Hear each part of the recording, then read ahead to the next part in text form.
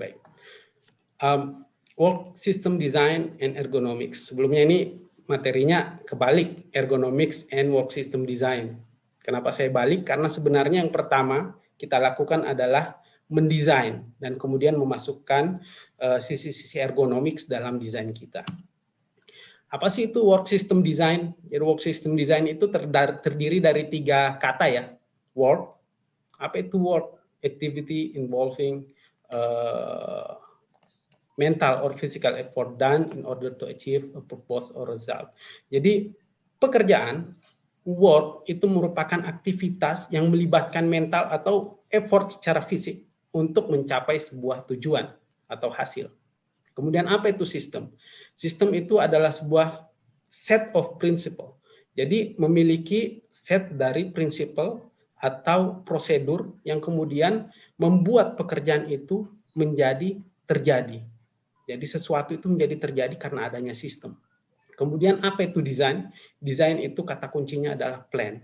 Plan, yaitu planning atau drawing prosedur yang menampakkan sebuah fungsi atau bekerjanya sebuah objek sebelum hal itu dibuat.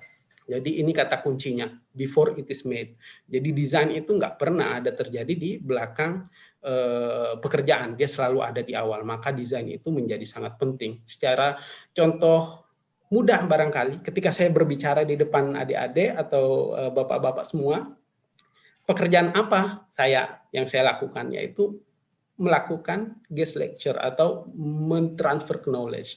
Kemudian sistemnya apa? Sistem itu lebih ke infrastruktur. Kenapa hal ini bisa terjadi? Misalnya di sini ada internet, kemudian ada software Zoom, itulah sistemnya. Kemudian desain itu kita sudah lakukan sebelumnya bersama Pak Robi, bersama Bu Nila, dan juga mungkin Bapak-Bapak dosen dan Pak Aris, misalnya Pak Rusrial, sudah mendesain hal ini supaya bisa terjadi. Seperti itu mungkin yang dilakukan sehingga terjadilah guest lecture hari ini. Oke, job design. Job design ini dalam mendesain sesuatu kita harus menanamkan pertanyaan-pertanyaan ini terlebih dahulu. Misalnya kita ingin melakukan sebuah project, maka kita tanyakan what, untuk apa pekerjaan ini. Kemudian who, siapa yang melakukan pekerjaan ini. How, bagaimana pekerjaan ini dilakukan. Where, di mana pekerjaan ini akan dilaksanakan. Kemudian kita memasukkan sisi-sisi ergonomics dalam project tersebut. Jadi apa itu memasukkan sisi ergonomics, yaitu memasukkan human factor dalam desain atau pekerjaan kita. Apa yang ingin diraih? Jadi saya ingin memberikan gambaran penting. Di sini ada tiga hal pokok yang perlu diraih dalam melakukan sebuah project. Yang pertama itu adalah safety. Safety is the first. Di mana aja, terutama di oil and gas company, tidak ada hal atau tidak ada apa istilahnya ya, untuk safety is the first. Tanpa safety pekerjaan tidak akan dilakukan. Kemudian yang kedua adalah productivity. Setelah safety ada, maka productivity akan tercapai. Kemudian yang ketiga adalah quality. Jadi quality juga merupakan hal yang sangat penting. Tentunya quality bisa dicapai dengan apa? Dengan adanya faktor ergonomics. Tanpa adanya ergonomics kita nggak bisa mencapai quality tersebut dengan baik. Nanti kita akan bahas secara detail tentang ergonomics. Tahap pertama kita akan membahas work system design. Dalam mendesain sebuah work system, ada beberapa hal yang harus diperhatikan atau menjadi bagian dari desain work system itu sendiri. Yang pertama adalah spesialisasi. Kemudian yang kedua adalah pendekatan kebiasaan terhadap job design tersebut. Kemudian adanya tim, kemudian adanya metode analisis, menganalisa metodenya, kemudian motion study, mempelajari bagaimana pergerakan dalam melakukan pekerjaan tersebut. Jadi motion study ini penting sekali dalam hal manufacture. Karena kenapa?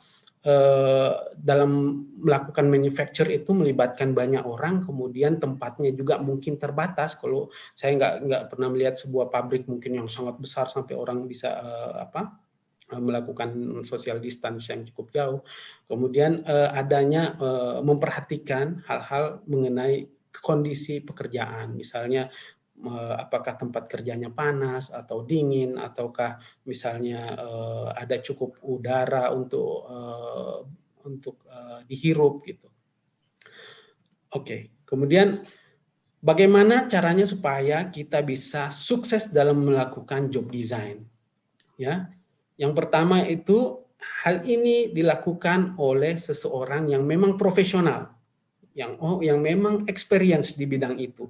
Jadi jangan mengharap sebuah desain itu akan berhasil ketika dibawakan oleh orang-orang yang tidak memiliki experience. Bagaimana implementasinya di perusahaan? Nggak perlu semuanya orang itu experience. Karena kenapa? Orang experience kan harganya mahal. Itu juga nanti yang adik-adik akan camkan, bahwasanya pada saat awal bekerja, kita yang membayar experience. Apa maksudnya? Anda digaji kecil, nggak usah berkecil hati, tetapi Anda membayar experience. Setelah itu, ketika 5 tahun ke depan, experience yang akan membayar Anda. Ya. Yang pertama itu carry out by experienced personnel with necessary training and background. Ini yang penting. Kemudian yang kedua, consistent with the goal of the organization. Jadi pertama ketika adik-adik bekerja di sebuah perusahaan, dan misalnya menjadi engineer, melakukan desain, yang pertama itu Anda harus tahu kira-kira goals-nya ini perusahaan ini apa gitu. Jangan sampai goals-nya perusahaan menghasilkan produk misalnya apa ya, plastik lah ya, produk plastik dengan total misalnya 100.000 lembar per hari, kemudian yang tidak paham, kemudian dia melakukan ember plastik juga ya, tetapi bukan dalam bentuk lembaran, tetapi berbeda dengan goal yang ingin dilakukan perusahaan. Tentunya itu nggak akan sukses. Kemudian dilakukan dalam bentuk tertulis. Jadi itu yang perlu diingat juga.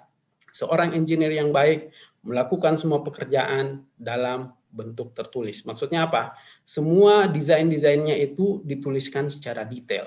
Nggak bisa dengan diingat aja. Itulah nature-nya dari engineer. Bedanya misalnya dengan orang-orang lain, misalnya dengan technician atau operator, mereka tidak begitu tidak terlalu pusing dengan hal-hal yang tertulis. Tetapi engineer itu sangat penting. Karena kenapa? Kita harus memikirkan bahwa desain kita ini bukan berhenti di saya saja, tetapi kita harus berpikir 10 tahun ke depan, 5 tahun ke depan, siapa yang akan menerima desain ini. Ketika kita menuliskan, itu akan tercatat dengan rapi. Kemudian terakhir adalah understood and agreed to both management and employees. Jadi antara manajemen dan employee itu terjadi kesepahaman, ya. Nah ini mungkin saya nggak usah jelaskan secara jauh.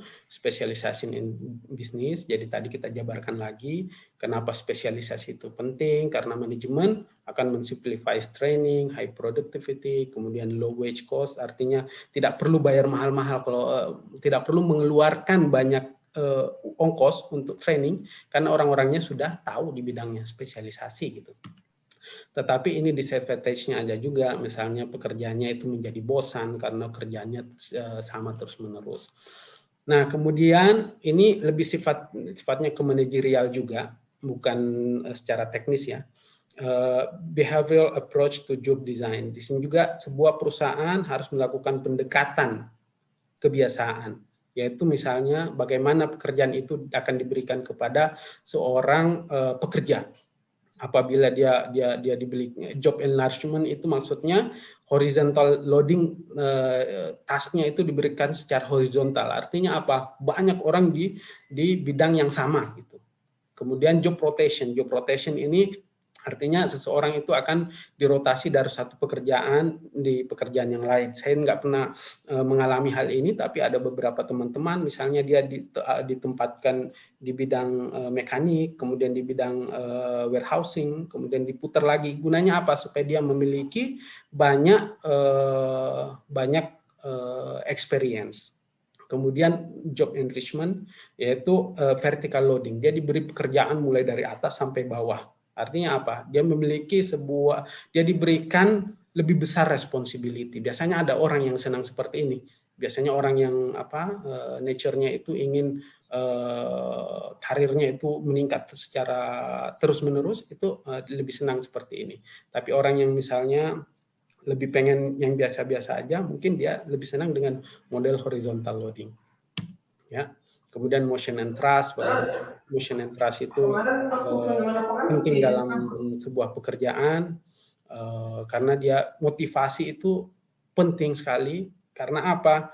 Bisa meningkatkan produktivitas. Seseorang yang tidak punya motivasi, ya misalnya masuk ke guest lecture tapi tidak punya motivasi, itu akan susah kan untuk menerima materi-materi yang disampaikan. Kemudian trust, jadi adanya trust atau kepercayaan terhadap para pekerja. Ini juga sifatnya lebih ke manajerial. Saya jelaskan sedikit aja, maksudnya sekadar gambaran aja. Siapa tahu ke depannya adik-adik semua misalnya dari engineer kemudian menjadi seorang manager. Nah, ini bisa diaplikasikan semua. Amin ya. Teams, benefit of teams, higher quality, higher productivity, greater work satisfaction. Jadi dengan adanya tim, pekerjaan-pekerjaan besar lebih mudah dilakukan, kemudian lebih banyak produktivitas yang dibuat, kemudian tentunya pekerjaan ketika diberi loading yang tidak begitu besar, maka dia akan menjadi lebih satisfaction atau lebih puas. Self-directed teams, jadi ada juga model self-directed teams, jadi mereka diberikan kepercayaan untuk melakukan pekerjaan mereka sesuai dengan ide-ide mereka. Kalau adik-adik melihat model seperti Google perusahaannya itu, saya pernah ke Amerika, ke perusahaan Google itu keren banget ya. Kita bisa pakai sepeda di mana aja, kemudian orang-orangnya nyantai pakai baju kaos aja gitu. Karena apa? Mereka diberi keleluasaan untuk berpikir lebih imajinatif gitu. Oke, kemudian analisa metode, ini juga bagian dari job design. Dalam melakukan metode analisa ada 3 hal, mungkin ini bertahap. Yang pertama, analyzing how job gets done. Kita harus menganalisa pekerjaan yang akan dilakukan orang tersebut. Tentunya kita sebagai engineer, ada sebuah pekerjaan orang tersebut akan dilakukan, kita harus menganalisa bagaimana sih pekerjaan itu bisa terjadi secara keseluruhan. Kemudian kita masuk ke tahap kedua, kemudian kita melakukan overall analisis secara umum. Setelah itu kita masuk ke spesifik secara details. Misalnya ada pekerjaan dalam sebuah saya memberikan gambaran tempat saya, misalnya untuk melakukan transfer produk minyak tentunya dari sebuah tangki minyak ke shipment platform atau ekspor platform. Yang pertama kita harus menganalisa bagaimana hal itu bisa terjadi. Jadi kita analisa materialnya apa, peralatannya apa, di situ ada tangki, ada pipeline, ada valve, kemudian ada platform platform untuk mentransfer material tersebut. Kemudian kita melakukan overall analisis. Bagaimana sih ini bisa masuk, aliran ini bisa nyampe ke platform tersebut. Yang misalnya di tempat saya ya, jaraknya itu sampai 15 km dari produk, kemudian sampai ke platformnya itu pipa bawah lautnya itu sekitar 15 km. Kemudian setelah itu barulah kita melakukan analisa secara detail. Jadi bertahap. Nggak usah langsung details dulu, yang paling besar, kemudian medium, kemudian hal-hal yang paling kecil seperti standar operating procedure-nya dan segala macam. Ya. Kemudian kita harus memikirkan beberapa hal dalam melakukan analisa ini. Ketika kita melihat pekerjaan itu, kira-kira hal-hal apa sih yang bisa mengganggu atau menghambat pekerjaan itu? Kemudian kita perlu berpikir, perlu nggak kita melakukan penggantian dari tools-nya, ya. Kemudian perlu nggak kita ganti produknya dengan produk yang baru, ya. Dalam hal ini mungkin di case saya nggak bisa sama sekali, tetapi mungkin di case-case yang lain, ketika dia menghasilkan misalnya yang saya bilang tadi, plastik dalam bentuk lebaran, oh ini ternyata kurang laku di pasaran, kita ganti dengan plastik yang memang memiliki nilai produk yang lebih applicable di masyarakat. Kemudian kita mengganti material atau prosedur, kemudian hal-hal yang lain, misalnya adanya accidents, quality dari problems tersebut. Jadi ini yang kita lakukan dalam menganalisa sebuah pekerjaan. Ketika ada masalah yang mungkin terjadi, kemudian kita mencoba menilik hal-hal poin-poin ini. Ya, mudah-mudahan bisa dimengerti. Kemudian prosedurnya seperti apa? Kita bisa melakukan mengidentifikasi operasi yang akan dilakukan, kemudian mendapatkan employee input. Jadi employee input ini penting sekali ya. Dalam mungkin ada sebuah dalam bahasa Inggris dikatakan who wear the shoes knows exactly where's the pinch. Artinya apa? Seseorang yang mengenakan sepatu itu paling tahu di mana sisi sepatu yang menjepit kakinya gitu. Jadi kita harus mendapatkan employee input. Mereka yang tahu pekerjaan mereka. Kemudian study and document current method. Jadi kita melakukan reanalisis dari metode itu, kemudian menganalisa jobnya, kemudian propose new method, kemudian install new method dari analisa tersebut, kemudian memfollow up untuk memastikan improvement terjadi dari procedures tersebut. Itu yang saya bisa kasih gambaran di sini. Kemudian selanjutnya selecting and operation, ya. Jadi selection and operation ini maksudnya bagaimana kita memilih operasi dari sebuah pekerjaan tersebut. Apakah kita melihat adanya high labor content, maksudnya apa di sini?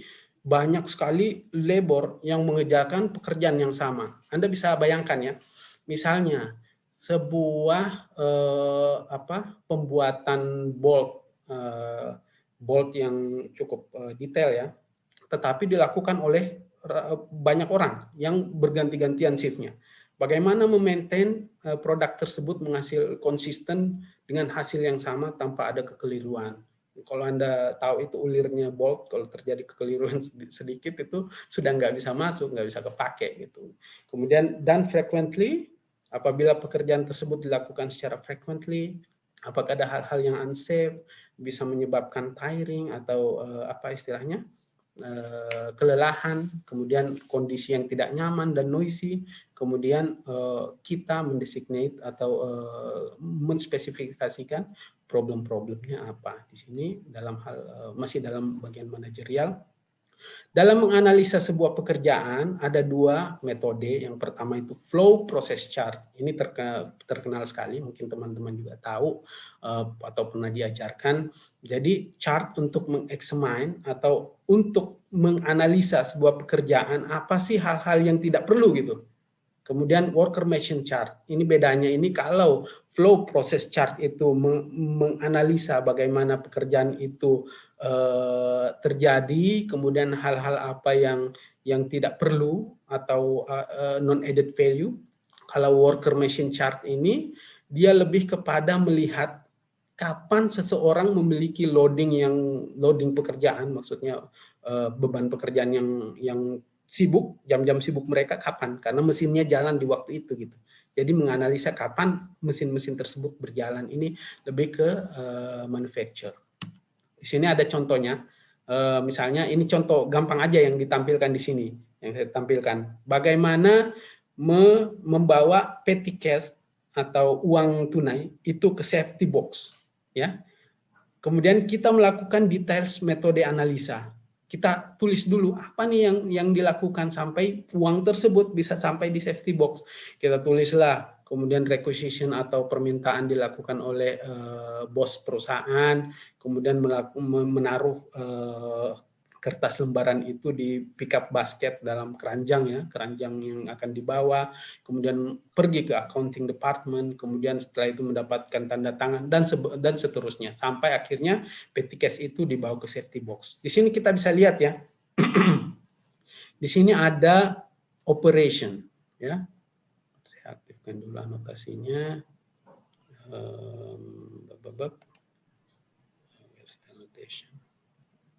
Oke. Nggak apa-apa. Di sini ada operation, kemudian movement, inspection, delay, storage. Jadi kita tahu di mana delaynya. Delaynya di sini ternyata ada di put in pickup basket. Jadi Setelah itu kita ini pikirkan, penting nggak ini? Bisa nggak kita eliminasi? Akhirnya kita mendapatkan sebuah pekerjaan yang sangat efisien. Pekerjaan yang efisien, waktunya cepat, tentunya apa hasilnya? Tentunya pekerjaan efisien, waktunya cepat, productivity akan meningkat. Ya, kemudian melakukan motion study. Motion study ini kita menganalisa ini dalam melakukan pekerjaan itu orangnya bergerak dari mana ke mana sih, ya. Kemudian setelah itu motion study itu banyak tekniknya. Kemudian misalnya melakukan study prinsip motion supaya efisien. Jadi tentunya efisien apa? Kira-kira dalam melakukan pergerakan. Ya, tempatnya harus dekat-dekatan, nggak boleh jauh-jauhan. Jangan sampai kita membuat sebuah bengkel, antara mobil yang akan diperbaiki dengan tools untuk memperbaiki mobil tersebut harus muter-muter dulu, muter-muter sampai puluhan meter, kemudian baru balik lagi. Itu nggak efisien ya. Kita harus melakukan motion study teknik. Kemudian menganalisa analisis of Treblix. Jadi Treblix ini ada salah satu penemunya, saya lupa namanya, mungkin nanti adik-adik bisa mencari. Jadi Treblix itu dia menjabarkan pergerakan dasar itu ada 18. Yang paling pertama misalnya search atau mencari, kemudian mengambil, grasp, dan sebagainya. Kemudian dia melakukan bagaimana pekerjaan itu bergerak, hal-hal yang nggak penting di delete. Akhirnya menjadi sebuah pekerjaan yang sangat sangat efisien. Ya seperti itu modelnya ini sama-sama juga micromotion study, kemudian chart yang tadi. Kemudian developing work method. Di sini ada, nah ini slide paling terakhir sebelum kita masuk ke ergonomics, bagian yang menurut saya paling menarik. Jadi stay tune ya. Maksudnya stay fokus. Mungkin jam-jam begini agak ngantuk, tapi stay fokus karena ini benang merahnya gitu. Ketika kita mendevelop work method, di situ kita akan mengeliminate unnecessary motion. Akhirnya efisien ya pekerjaan itu. Kemudian ada nggak combined activities yang bisa dilakukan? Ada nggak pekerjaan yang bisa di-combine? Misalnya membawa basket sekaligus memasukkan apa gitu. Kemudian, nah ini reduce fatigue. Apa itu fatigue? Yaitu kelelahan. Bagaimana mereduce fatigue dari para pekerja. Jadi pekerjaan itu walaupun tidak berat, tapi dilakukan dalam waktu yang panjang, tentunya fatigue ya. Tetapi kalau misalnya dia berat, walaupun waktunya sedikit, ya tetap fatigue juga. Kemudian improve the arrangement of the workplace, kemudian improve the design, tools, and equipment. Oke, di sini benang merahnya. Ketika kita melakukan job design, ternyata kita harus mereduce fatigue seseorang. Akhirnya kita masuk ke subbahasan ergonomics. Disinilah pentingnya ergonomik ya, paling penting. Mungkin adik-adik nggak pernah kepikiran ya, kok handle dari gelas itu ada agak bengkok gitu, atau kok misalnya bor untuk ngebor building atau ya bor kayu atau segala macam itu handle-nya seperti itu.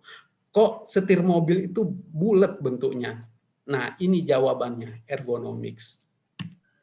Apa itu ergonomics? Ergonomics itu terdiri dari dua kata Yunani, asalnya kata Yunani ya. Yang pertama itu ergon atau work, kemudian nomos. Nomos itu adalah natural laws. Nah, menurut International Ergonomic Association, ergonomics or human factor, jadi di sini paling pentingnya human factor, faktor kemanusiaan, ya, faktor kemanusiaan adalah sebuah disiplin saintifik yang concern antara interaksi antara human dengan elemen dari sistem yang dilakukan, dan juga untuk mengoptimize, di sini ada dua kata kunci yang terakhir dari pengertiannya, mengoptimize well-being and overall system performance, mengoptimize kesejahteraan dan sistem performance. Apa bahasa Indonesia performance-nya itu? Ya performance mungkin ya teman-teman tahu semua. Kenapa ergonomics penting? Ya pasti tahu-tahu lah teman ya. Pasti tahu lah ya. Ya, yaitu untuk menghindari adanya injuries. Injuries itu artinya apa ya? Kayak injury, teman-teman pasti tahu. Karena dalam sepak bola misalnya ada yang injury itu ya. Kemudian kenapa hal ini perlu dihindari? Karena ini sangat bercost, memiliki impact cost yang besar, memiliki impact terhadap keuangan sebuah organisasi atau perusahaan yang cukup besar. Kemudian kalau dibiarkan terus-menerus, maka akan menyebabkan hal yang sama terjadi dalam waktu ke depan. Kemudian yang kedua, body reaction is another leading cause. Jadi reaksi dari tubuh dalam melakukan pekerjaan itu merupakan hal-hal yang memicu atau injury di tempat kerja. Kemudian pekerjaan yang dilakukan secara terus-menerus adalah top 10. Jadi dia yang paling tinggi dalam menyebabkan injury atau kecelakaan di tempat kerja. Jadi ini perlu kita tahu nih bahwa pekerjaan yang dilakukan secara terus-menerus, secara repetitif, pekerjaan fisik ya, itu bisa akan melakukan akan mengakibatkan injuries di tempat kerja. Ya, di sini saya kasih dua gambaran foto nih, ergonomics di tempat kerja. Kenapa bisa menyebabkan higher productivity and better design? Jadi bukan di tempat kerja ya, di sini yang sisi kiri, di sini menggambarkan seseorang yang mengendarai sepeda dengan handle yang sangat tinggi, kemudian tempat duduk atau joknya yang sangat rendah. Dalam waktu 5 jam dia sudah kecapean, nggak bisa bekerja lagi, nggak bisa lanjut lagi, dia ngegoes. Tapi seseorang yang kemudian mendapatkan sepeda yang pas, ukurannya pas, kemudian sesuai dengan postur tubuhnya, itu bahkan lebih dari 8 jam dia bisa mengayuh secara terus-menerus. Nah, ini misalnya zaman dulu nih, tahun 1920, bikin peralatan yang handle-nya untuk mempekerjakan peralatan tersebut itu sangat pendek. Akibatnya apa? Orang yang tinggi nggak bisa operasikan. Akhirnya dibuatlah lubang di depan itu. Jadi kalau sejarahnya ya, ergonomik itu sejarahnya dimulai di tahun 1940 pada saat Perang Dunia Kedua. Kenapa mereka berpikir begitu? Karena pada saat Perang Dunia Kedua mereka harus menciptakan banyak sekali peralatan perang secara terus-menerus. Faktor manusia lupakan, yang penting produk jalan terus. Nah, ternyata melakukan hal-hal tersebut setelah beberapa lama produknya itu berhenti productionnya. Karena apa? Orang yang kerja itu kelelahan, kecapean, dan kemudian tidak bisa memproduksi lagi. Akhirnya mulailah mereka berpikir, oh ini ternyata karena misalnya kerjaannya terlalu lama atau kerjaannya terlalu banyak. Akhirnya mulailah dikurangi sedikit demi sedikit. Ya. Di sini secara sekedar gambaran energi consumption network. Kita lihat ya, ada 100% energi, ternyata energi consumption dengan posture atau posisi tubuh yang kurang pas, itu lihat sini energinya.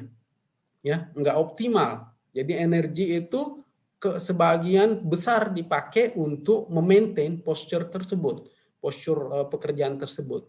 Nah, kalau misalnya posturnya bagus, orang bekerja dengan kondisi yang nyaman, enak, posisi tubuhnya, ternyata energi yang digunakan itu sangat efisien. Karena energi untuk maintain posturnya itu cuma sedikit. Ya. Nah, di sini MSDS. Ada yang tahu nggak MSDS? Ini bahasa kedokteran ya. Musculoskeletal disorders. Artinya kelainan terhadap musku atau otot, dan skeletal itu adalah tulang-tulang manusia ya. Jadi di sini adanya disorder karena multitude of potential physical factor. Jadi adanya physical factor yang terjadi terus-menerus kemudian menyebabkan pain, discomfort, fatigue, kelelahan, kemudian menjadi simptom. Mulailah dia sakit dan segala macam. Di tempat saya bekerja dulu, tahu nggak yang paling banyak injury itu apa? Yaitu operator yang duduk di depan komputer. Karena apa? Dia duduk selama berjam-jam dalam postur yang kurang bagus misalnya, secara terus-menerus, akhirnya dia mendapatkan pain. Apa itu painnya? Nanti sebentar saya jelaskan. Kemudian MSDS atau musculoskeletal disorders itu menjadi cost paling tinggi di Europe dalam hal tidak masuknya seseorang ke tempat kerja. Tahu berapa cost-nya? 240 miliar per tahun. Bisa dikonversi ke rupiah ya, silakan dicari itu berapa triliun. Jadi gara-garanya misalnya dia tidak melakukan pekerjaan dengan postur yang bagus, ternyata cost-nya itu sangat besar. Ini common MSDS, banyak ya. Carpal tunnel syndrome, tennis elbow, bla bla bla, dan seterusnya. Kemudian back strain. Ada dua yang paling sering terjadi, yaitu lower back pain yang saya jelaskan tadi ya. Operation atau engineers. Kalau Anda engineers itu kebanyakan akan mereview dokumen, duduk di depan komputer. Saya juga seperti itu, apalagi pada saat huge project atau massive project, itu kebanyakan waktu kita akan duduk di tempat duduk. Kalau kursinya enggak ergonomik, maka potensial lower back pain itu sangat tinggi. Ya, kita lihat di sini grafiknya itu 25% paling banyak menyebabkan seseorang mengajukan sick leave dalam pekerjaannya. Ini source-nya dari Amerika ya. Kemudian ini dia carpal tunnel syndrome. Alhamdulillah saya belum pernah kena, tapi ibu mertua saya baru-baru melakukan operasi ini, CTS. Jadi sarafnya itu kejepit. Kenapa paling banyak di sini? Ya kita lihat sekarang. Komputer paling banyak memiliki peran dalam sebuah pekerjaan. Tangannya itu selalu ada di mouse, kemudian sarafnya akhirnya kejepit. Itu rasanya seperti apa? Itu ya saya dengar dari ibu mertua saya, itu sangat sakit tuh. Ujung-ujung jari, sakit banget. Nah, setelah dibawa ke dokter syaraf, ternyata syarafnya itu kejepit di sini. Akhirnya di apa? Jadi yang putih ini ya di tangan ini, itu harus dipotong untuk merilis nerve-nya atau syarafnya itu sehingga bisa terjalin dengan baik lagi supaya tidak tercipta rasa sakit. Ya, mudah-mudahan kita tidak mengalaminya. Bagaimana seorang engineer meminimize MSDS?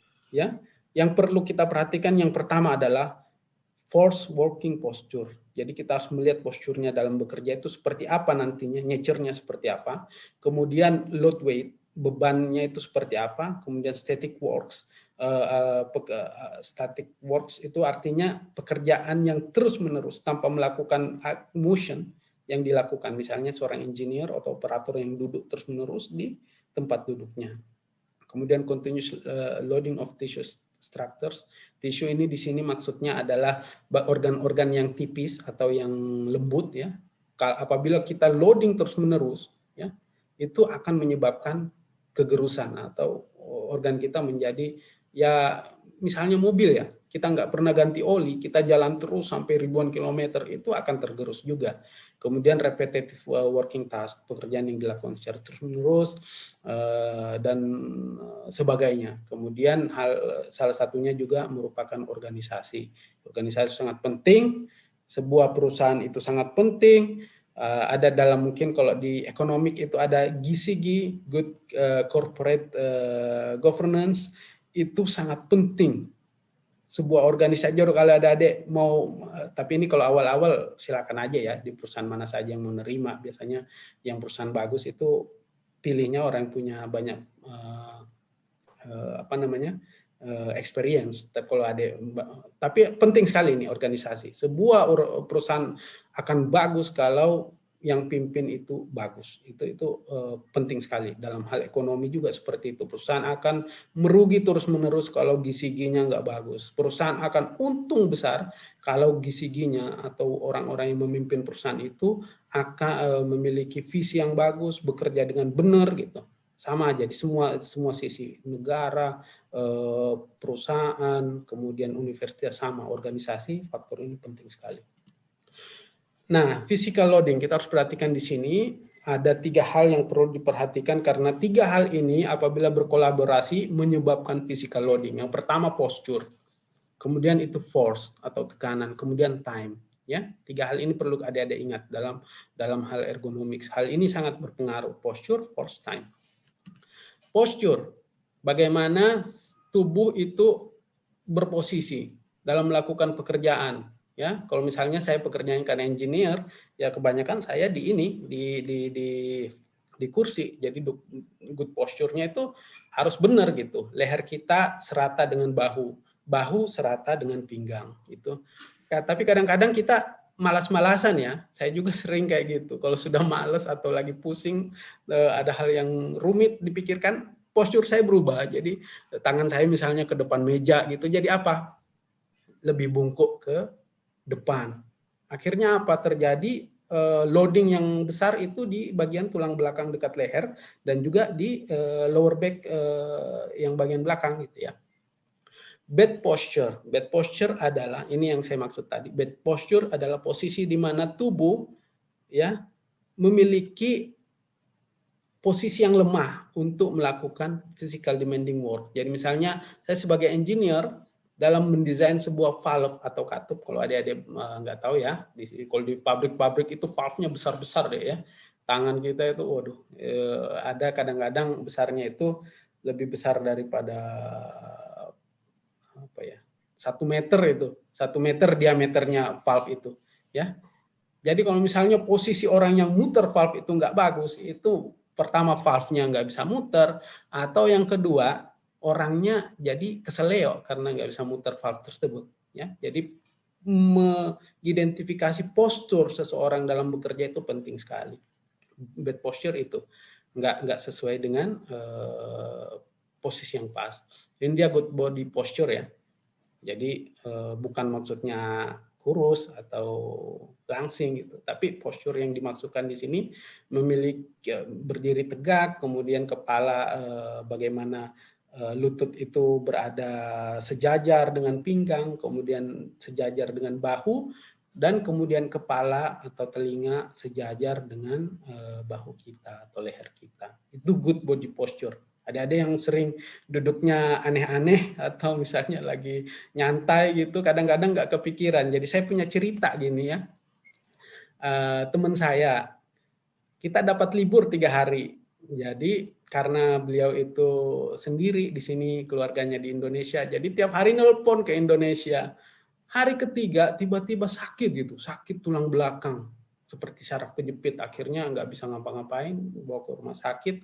Ternyata setelah cek per cek 3 hari itu dia nelpon terus-menerus dengan posisi yang dia tidak perhitungkan. Posisinya itu tidur-tiduran tapi tanpa ada support di bagian belakangnya gitu. Ya. Jadi ini good body posture dalam hal apapun harus kita perhatikan untuk diri kita sendiri. Apalagi seorang engineer, kita perhatikan good body posture ini, bagaimana seseorang melakukan pekerjaannya nanti. Ya, jadi ini yang bisa mempengaruhi postur tubuh seorang. Saya mungkin nggak begitu detail, maksudnya saya agak percepat ya ini. Mudah-mudahan teman-teman atau adik-adik bisa mengerti dengan baik. Hal yang mempengaruhi posture body itu adalah space. Space ini maksudnya bagaimana luasan dari tempat bekerjanya. Kalau tempatnya terlalu sempit, itu tentunya gerakan tubuhnya tidak akan leluasa dan kadang-kadang ya kadang bisa jadi keselio dan sebagainya. Vision itu bagaimana dia bisa melihat pekerjaannya tersebut. Jangan sampai seorang operator dipasang monitornya itu tinggi sekali, akhirnya dia harus nengok ke atas terus, akhirnya dia sakit di lehernya gitu. Kemudian stres, kita juga harus memperhatikan hal ini. Yang namanya human factor ya, stres harus diperhatikan. Kalau misalnya seorang itu stres bekerja, tentunya dia nggak bisa bekerja dengan optimal. Kemudian protective clothing. Adik-adik mungkin belum tahu ya, atau mungkin belum pernah melihat beberapa pekerjaan. Oh, tapi ada satu ini, contoh yang sering dilihatlah di televisi. Para perawat untuk COVID, mereka mengenakan PPE yang sangat lengkap, itu sangat mempengaruhi body posture mereka gitu ya. Seperti juga di beberapa tempat pekerjaan. Namanya PPE, untuk personal protective equipment. Ya, peralatan untuk memprotektif diri kita personal. Kalau di tempat kerja saya beda lagi, ada helm, ada kacamata, ada sepatu safety yang ada besi di depannya itu, ya. Kemudian force itu yang tadi kita jelaskan ya ada 3, yaitu posture. Kita masuk sekarang hal yang kedua, force. Force itu memiliki risk apabila atau memiliki bahaya apabila dia melebihi kemampuan tubuh untuk menahan struktur itu. Jadi harus kita perhitungkan nih force-nya itu berapa, berat barang ini berapa. Jangan sampai kita menciptakan sebuah produk yang harus dibawa oleh manusia, tapi beratnya itu sangat berat. mungkin dia bisa bawa 10 kali, 5 kali, atau 1 minggu, setelah itu dia fracture atau sakit dan nggak bisa kerja lagi. Kemudian time ini signifikan juga, walaupun kerjaannya sedikit-sedikit, timingnya panjang, itu akan menyebabkan pain atau kadang-kadang MSDS atau kelainan dari otot dan tulang. Di sini interaksi 3 hal tersebut ya.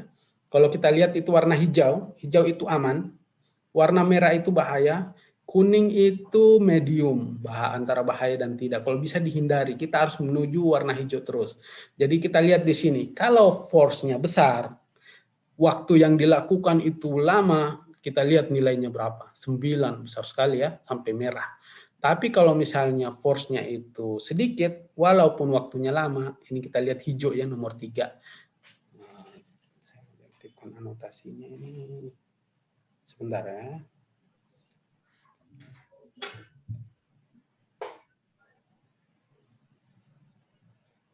Ya, sebenarnya saya nggak bisa aktifkan anotasi.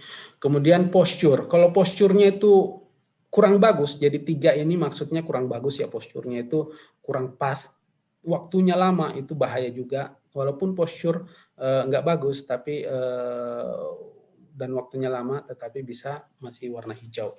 Itu hubungannya. Hubungan antara posture, force, and time. Nah, di sini ada Cinderella hipotesis. Mungkin adik-adik juga semuanya sudah baca Cinderella, tapi nggak tahu ya kalau anak-anak milenial sekarang, mungkin beda drama Korea kali ya. Tapi tentunya tahulah itu Cinderella hipotesis.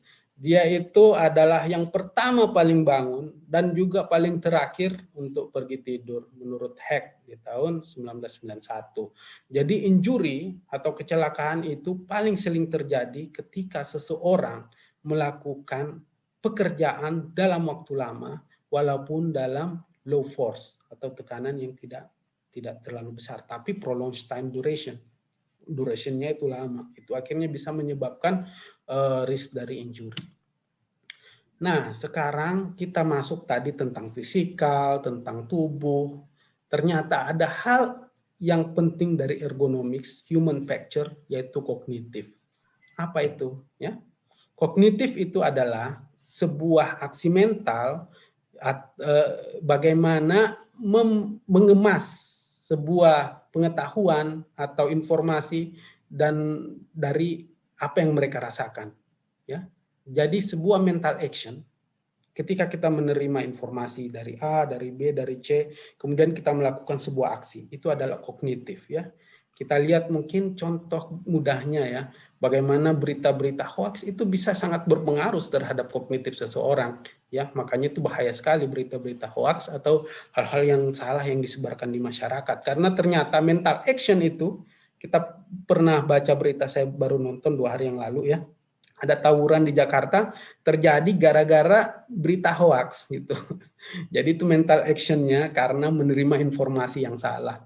Kenapa hal ini penting? Ya, kenapa hal ini penting? Di sini ada, saya kasih contoh. Di sini adalah sebuah nuclear facilities di Amerika yang tahun 1921 itu meledak. Ya, karena kenapa? Mereka salah dalam menganalisa atau melakukan aksi dari informasi yang alarm yang ditampilkan oleh layar mereka dalam melaksanakan hal tersebut ya. A cognitive well-designed work system can lessen the impact of fatigue. Jadi orang, bayangkan adik-adik itu mungkin belum pada tahu nih, kalau operation itu bekerja 12 jam, bayangkan atau 8 jam ya normalnya, di beberapa perusahaan ada yang sampai 12 jam, ada juga yang 3 shift. 3 shift itu lebih aman, perusahaan-perusahaan besar menerapkan biasanya 3 shift. Supaya apa? Mereka itu nggak fatigue. Jadi misalnya mereka lihat layar secara terus-menerus, alarm bergulir terus-menerus, oh ada di sini pompa start, di situ pompa stop, di situ pompa akan dijalankan, dia akan fatigue melihat itu. Akhirnya ada beberapa hal penting itu akhirnya terskip, ya. Mereka nggak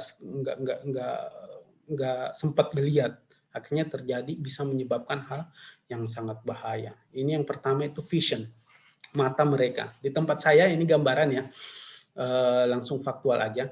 di tempat saya kita menerapkan dalam mendesain itu HMI, Human Machine Interface, maksudnya tampilan layar yang dilakukan oleh operator, misalnya start motor, stop motor, kemudian buka otomatis valve ini, jalan startup peralatan ini gitu. Itu mengadopsi sistem standar yang hanya menggunakan monokrom color. Nggak ada tuh warna merah, nggak ada tuh warna ungu, warna hijau, warna apa, warnanya harus monokrom. Monokrom itu apa? Abu-abu tua, kemudian abu-abu muda. Semua hal-hal yang tidak penting, penting juga sih, tapi maksudnya tidak berbahaya. Misalnya motor start, kalau motor start itu nggak berbahaya, warnanya harus abu-abu tua. Motor yang mati, kalau dia nggak berbahaya, abu-abu muda. Hanya hal yang berbahaya yang dikasih warna merah. Intinya itu. Jadi walaupun banyak sekali hal yang terjadi, operator ketika melihat warna merah, warna merah nih, waduh ini bahaya. Dia langsung menuju titik tersebut. Seperti itu mengaplikasikan bagaimana vision dari seseorang operator bisa berpengaruh terhadap produktivitas sebuah pekerjaan. Color, dark adapted vision, depth perception, bagaimana dia bisa mengetahui dari visinya, cara melihatnya itu lokasinya ini jauh atau lokasinya ini dekat ya. Kemudian movement detection, bagaimana dia bisa dari melihat mengetahui movement detection, karena harus hati-hati ada ini ya dalam kalau pernah yang punya pengalaman, kita lagi duduk di mobil ya, mobil kita itu nggak bergerak, tapi mobil sebelah itu bergerak. Kita merasa seakan-akan mobil kita bergerak, kemudian melakukan aksi yang tiba-tiba. Itu harus kita kita perhitungkan dalam berbagai desain. Kemudian glare atau tingkat kesilauan, mengatur hal-hal di depan kita supaya tidak terlalu silau, kemudian bisa menjadi ergonomics ya. Kemudian hearing ini penting karena ini juga paling penting untuk menerima informasi dari seseorang. Loudness, amplitude, jadi suara itu jangan terlalu keras. Kalau di tempat kami maksimum semua standar peralatan harus berada pada level 85 desibel. Lebih dari itu nggak boleh dipasang alatnya. Kemudian frekuensinya, kemudian direction dari suara tersebut. Kemudian touch ini juga hal yang perlu diperhatikan dalam cognitive ergonomics. Bagaimana tubuh kita kemudian merespon dari adanya vibrasi, pain, stretch, kemudian dibawa ke otak kita. Itu yang perlu kita perhatikan. Nah, di sini human cognitive process, attention, memory, perception. Ada nggak yang lihat gambar di sebelah kanan? Ya, kira-kira bulatan orange yang besar itu yang mana? Yang kiri atau yang kanan? Ya, pasti banyak yang bilang kanan lebih besar kan? Gitu. Padahal apa? Besarnya sama ini, nggak ada yang beda. Ya. Bagaimana kognitif itu sangat berpengaruh terhadap persepsi seseorang. Bagaimana kita mendesain sesuatu bisa membuat persepsinya itu tepat. Jangan sampai kita mendesain sesuatu membuat persepsi orang, oh ini besar, padahal sama aja atau kecil aja. Ini contoh mudah ya, contoh simpel ya. Nah, di sini mendesain human cognitive capabilities. Ada banyak hal, mungkin adik-adik bisa lihat di sini. Ada yang pertama itu meminimize time effort for finding information. Maksudnya informasi itu kita harus minimize time-nya supaya seseorang mudah mendapat informasi. Apa yang dilakukan? Contohnya ya, sekali lagi saya mencontohkan yang saya lakukan yaitu di perancangan human machine interface untuk operator. Supaya operator bisa melihat alarm yang paling penting, ada namanya AOA, alarm analisa, alarm apa ya? Tapi menganalisa alarm mana yang penting, ya. Misalnya ada 100 tangki, kalau tangki 2 naik airnya sampai ke level yang paling tinggi itu bahaya atau enggak? Kita analisa. Kalau enggak bahaya kita turunkan ke alarmnya. Jadi yang paling pertama muncul itu alarm atau informasi yang paling berbahaya buat dari sistem proses tersebut. Kemudian proximity, closeness, bagaimana kedekatan sebuah sistemnya. Misalnya sebuah sistem dari misalnya di sini sistemnya bisa meledak, di sini ada bagian operator harus duduk, ya harus dijauhkan ya, karena dengan begitu sangat berbahaya. Atau misalnya mesin di ini desibelnya tinggi sekali 80, kemudian kita mau taruh operator shelter dekat situ, nggak boleh, itu kasihan nanti dia nanti stres malah kerjanya. Kemudian engage multiple sense. Artinya apa? Kita harus mengoptimalkan banyak sense dari orang tersebut, ya. Bukan cuma mengandalkan dari mata, karena kalau mata misalnya sudah letih, bagaimana dia bisa ini? Ya. Contoh lagi nih di tempat saya. Untuk fire and gas, untuk sistem informasi adanya kebakaran atau apa, kita harus memasang dua. Pertama itu horn atau sounder yang bunyi ya, siren. Dan yang kedua kita harus pasang lampu. Kenapa? Pada saat malam hari atau misalnya ada orang yang terlalu bising mesin di situ berjalan, dia masih bisa melihat, oh di situ ada nyala, berarti di situ ada api. Kita harus evakuasi segera gitu. Gitu. Kemudian legible display, displaynya harus jelas, appropriate number of information level. Jadi yang saya jelaskan tadi ya, ada level severity high, severity medium, severity low. Severity low nggak usah pusing, yang harus diperhatikan operator itu severity high. Kemudian avoid only knowledge based data, kemudian menghindari hanya menggunakan knowledge based data gitu, bukan data. Avoid only knowledge based data. Jangan cuma mengandalkan informasi training, karena misalnya seorang experience di lapangan itu ketika training informasinya begini, ternyata di lapangan itu berbeda gitu. Jadi jangan mengandalkan hal-hal yang sifatnya knowledge base. Kemudian adanya redundancy yang saya jelaskan tadi mungkin ya, redundancy. Misalnya dia bisa juga mendengar, dia juga bisa melihat ya, itu kognitifnya bekerja semua. Kemudian avoid similar object. Jadi kita harus menghindari objek-objek yang tampilannya sama tetapi memiliki fungsi yang berbeda gitu. Kalau fungsinya berbeda kita harus buat beda bentuknya ya. Jangan sampai fungsinya ini A, fungsinya B, tapi kita buat bentuknya itu mirip banget, jadinya orang jadi bingung.